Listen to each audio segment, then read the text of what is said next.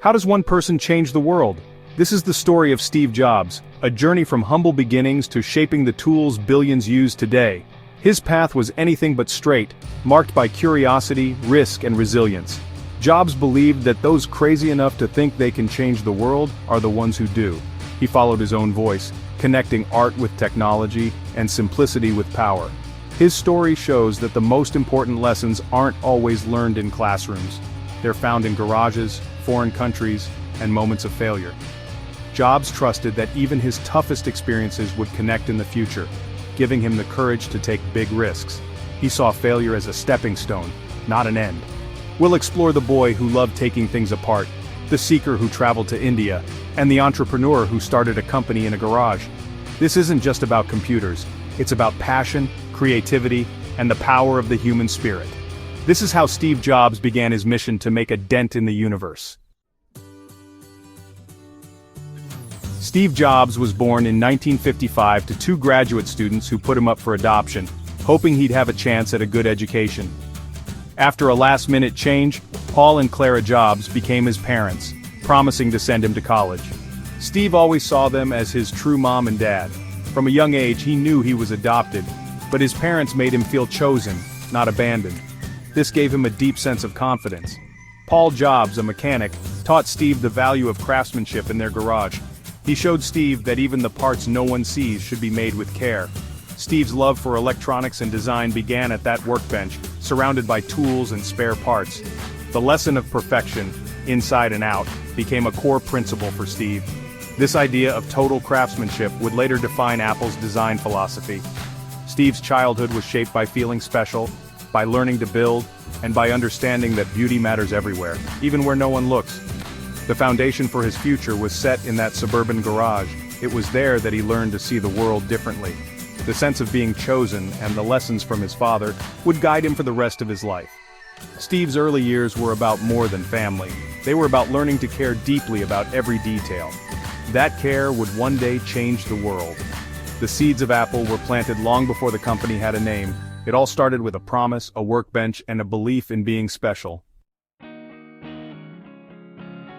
Steve Jobs was a curious, rebellious child who found school boring and restrictive. He learned to read before starting school, but resisted its structure. A special fourth-grade teacher finally unlocked his potential, motivating him to learn and even skip a grade. Steve's real education happened in his garage, taking apart electronics with his father. Living in what would become Silicon Valley, he was surrounded by engineers and innovation. He once called Hewlett-Packard for spare parts and landed a summer job there. When it came time for college, Steve attended Reed, drawn by its creative spirit. He dropped out after one semester, unwilling to spend his parents' savings on classes that didn't inspire him.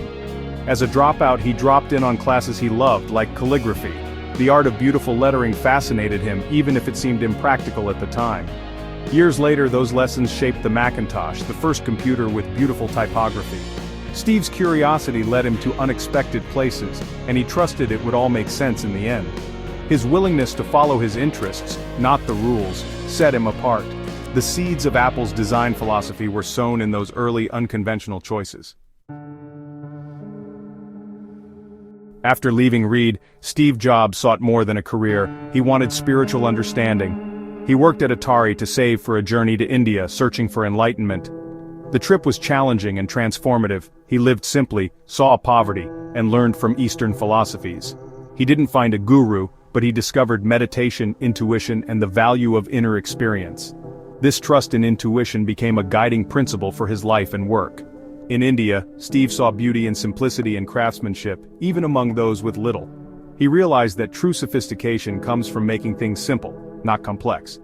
This minimalist philosophy would define Apple's products. Returning to California, Steve was changed, more spiritual, more focused on intuition and aesthetics. The blend of Eastern mysticism and Western technology gave him a unique vision. It allowed him to imagine products no one else could.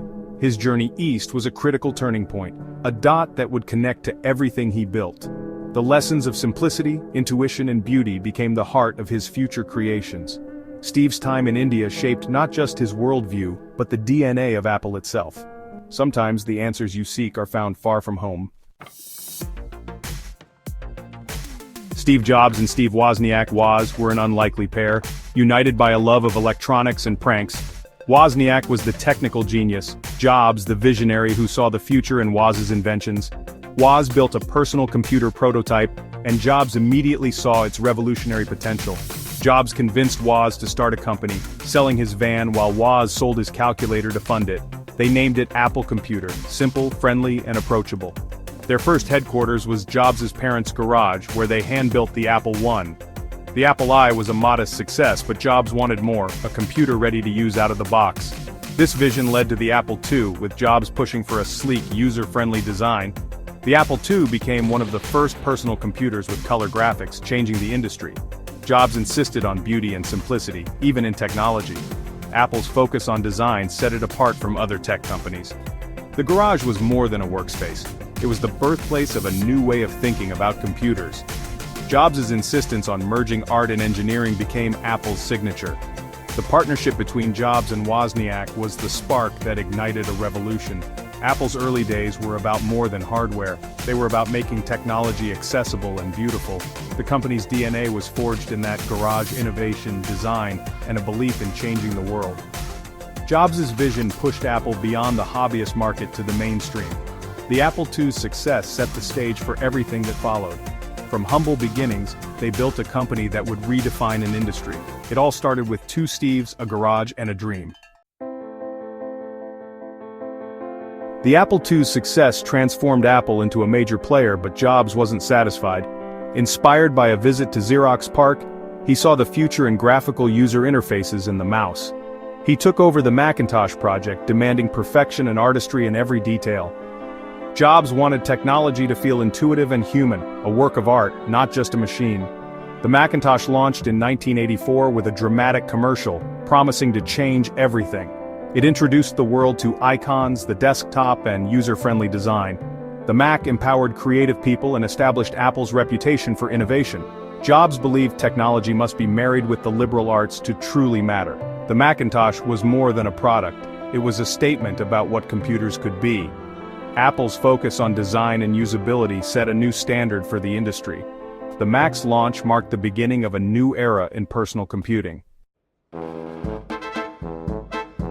Apple's growth brought new challenges and tensions.